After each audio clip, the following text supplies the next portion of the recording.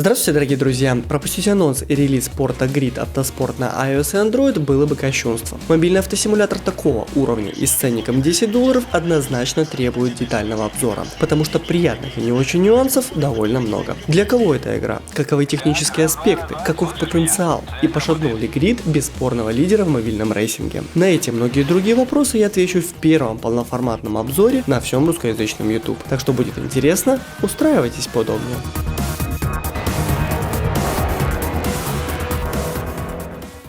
Совершая покупки через интернет, обязательно пользуйтесь кэшбэком. Благодаря надежному и проверенному сервису Мегабонус вы сможете возвращать до 40% от стоимости покупки. Работает он более чем в 300 магазинах. Разумеется, присутствует удобное расширение для браузера, которое позволяет даже отслеживать посылки. Устанавливается оно в один клик. Вывести деньги можно любым удобным способом. В качестве вознаграждения Мегабонус дарит до 50% от кэшбэка приглашенных друзей. При этом у друзей кэшбэк не уменьшается. Нужную ссылку я оставил в описании. Для начала стоит расставить все точки над «и». Grid Автоспорт — это полноформатный порт консоли пекарской игры трехлетней давности от ребят из Codemasters. И никакого негатива в этих словах нет, потому как от таких портов как GTA, Bully, Titan Quest, Heroes of Might and Magic и далее по списку все остались довольны. Так вот, Grid можно спокойно располагать рядом с этими великими тайтлами, которые можно пересчитать по пальцам нескольких рук. Ну, может быть, если взять все исключения, то и ног. 100 лицензированных автомобилей, поддающихся настройке.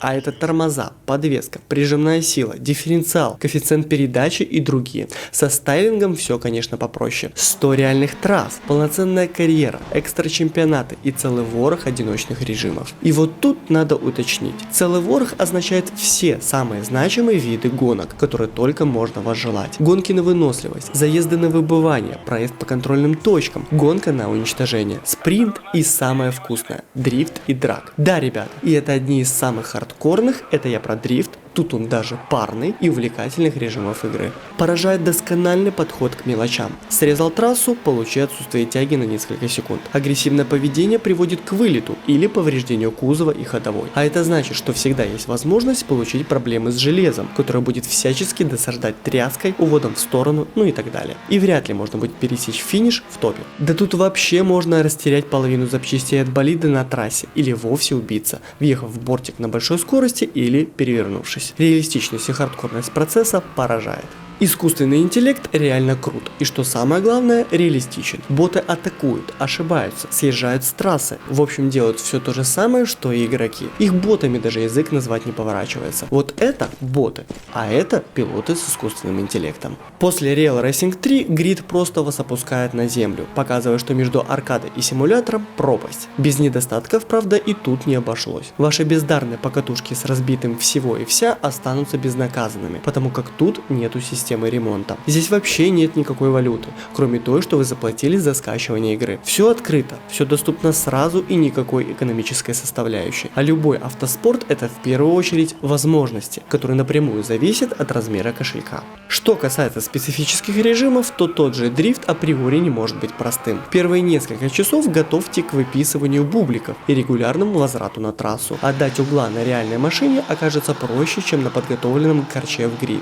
Спринт в горной местности заставляет балансировать между газом, тормозом и вылетом за пределы трассы. Обращать внимание вы будете чаще на траекторию и возможности выворота колес. Драг вообще удивил. Настоящая телеметрия с престейдж, ланчем, контролем полосы и инерционными переключениями при помощи акселерометра заставляют пересмотреть мнение об этом виде гонок. Оказывается, важно не только старт не упустить. Нюансы. Вот что отличает Grid Автоспорт от прочих мобильных, да и многих других настольных гонок. А вот чего не хватает, так это мультиплеера. В коде игры он найден, но пока в выключенном состоянии. Надеюсь на его появление в будущих апдейтах. Но не хочу видеть отвратительное подобие Shift в Real Racing. Это не мультиплеер, это его жалкая имитация. Обозреваемого можно по праву назвать самой реалистичной гонкой за всю историю мобильного автоспорта. Разумеется, в такую игру можно и нужно играть с правильными настройками, иначе зачем вообще устанавливать симулятор? Выбираем настраиваемую сложность. Уровень повреждений полный, продолжительность гонки обычная. Отключаем управление устойчивостью. Помощь в управлении симулятор Pro. Говорю сразу, без ABS проехать не получится. Управление сцеплением можно отключить включить в том случае, если вы любите передний или полный привод. С задним такое уже не прокатит. Все, что касается уровня искусственного интеллекта, трансмиссии, повторов и траектории, делайте на свое усмотрение. Только при таких настройках реалистичная составляющая Grid раскрывается на все 100%. Немаловажным фактором является управление, и тут явный провал. Конечно, управление можно назвать делом вкуса, но не рулежка при помощи акселерометра, хотя тут все еще более-менее. Не уж точно управление при помощи руля нельзя назвать удобным. Я лично предпочитаю виртуальный руль, а тут его выворот от крайнего левого положения в крайнее правое размазали наполовину дисплея, что дико неудобно. Образец управления тот же Real Racing 3. Там колесо аккуратно расположилось под пальцем в углу. В итоге складывается впечатление, что ты управляешь спорткаром с разбитой рулевой рейкой, требующей срочной замены. Нет точности, уравновешенного дозирования поворота колеса и желаемого отклика. Использование 3D Touch для дозирования газа штука прикольная, но на деле ее сложно назвать оправданной из-за крайне затруднительной ловли среднего положения. По итоге проще отключить, а вот с тактильной отдачей Taptic Engine переборщили. Отклик нужен, но не при каждом удобном и неудобном случае. В идеале все это сделать мануальным в настройках, но по факту также проще выключить, иначе вибромоторчик выработает весь свой ресурс. Ведь наверняка вы знаете, что каждая деталь технического плана имеет заложенный производителем ресурс. Вообще многие вещи в Grid, в том числе и управление, детально настраиваются. Правда, делается это не из интерфейса приложения, а в настройках. Смысл в том, что рядовому игроку не хочется за $10 лезть в настройки с непонятными названиями меню и что-то там крутить, постоянно перезапуская довольно тяжелую игру. Удовольствие так себе. Хочется просто играть. Максимум прямо во время игры на паузе что-нибудь подрегулировать. Но, увы. Есть поддержка MFI контроллеров. Интересно услышать в комментариях мнение владельцев геймпадов, которые протестировали Grid. Графическая составляющая по большей части великолепна, но имеет очень много спорных моментов. В игрушке отсутствует динамическое освещение, тени, целые объемы текстур, вроде травы и... Дальше лучше просто промолчать. Жизнь за пределами сплошных линий и поребриков просто отсутствует. Картонные зрители, плоские деревья, низкая детализация и прочие вещи просто расстраивают. В противовес можно спокойно ставить детальную прорисовку интерфейса, текстуру автомобилей, динамические объекты, модель повреждения, правильное отражение и многие другие вещи. Получился эдакий плюс-минус. А теперь самое главное. Если открыть кастомные настройки графики, оказывается, что возможностей iPhone 10 хватает только на очень низкую схему графики. И это позволяет получить в среднем 26 FPS. Проверьте свое устройство, там есть собственный тест. А максимальное количество кадров вообще ограничено 30. Графический потенциал игрушки просто великолепен. Теперь нужно все это планомерно допиливать, оптимизируя все и вся под актуальные модели iPhone. Теоретически можно запускать игру и на смартфонах ниже, чем iPhone 6s, но пока энтузиасты получают только неиграбельное мыло. И на вопрос, а можно ли, хочется ответить, можно. Но не нужно. И да, все на русском. Грамотный ассистент, который даже знает, как вас зовут, в подарок. Разумеется, если вам повезло и ваше имя есть в списке.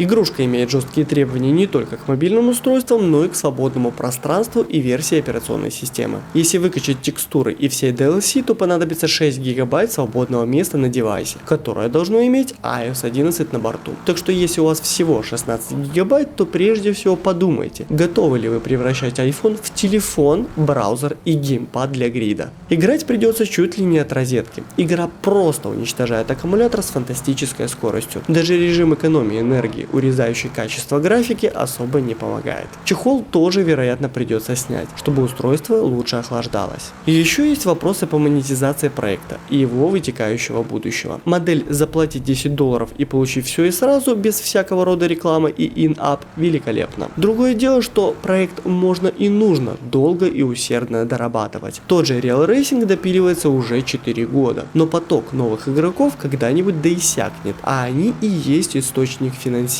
И как Codemasters поступит дальше? Будет выпускать DLC за отдельную плату или просто сделает отдельно приобретаемый аддон Grid? В этом плане модель распространения Real Racing нравится больше, да и прозрачнее она. Тут все понятно. Хотите монеток, платите деньги. Готовы вкалывать? Пожалуйста, все будет доступно бесплатно. Итоги. Прежде чем навесить ярлыки, нужно учитывать два важных момента. Недавний запуск проекта и потенциал игры. Грид со старта находится на уровень выше Real Racing 3, который долго и упорно допиливается. Да, есть много неприятных нюансов, но с апдейтами и фидбэком они должны уйти. Грид Автоспорт – игра не для всех. Это вам не лайтово рассекать в асфальт или изображать из себя гонщика-профессионала в Real Racing 3. И уж тем более можете выкинуть свою картонную корону дрифта, заработанную в CarX Drift Racing.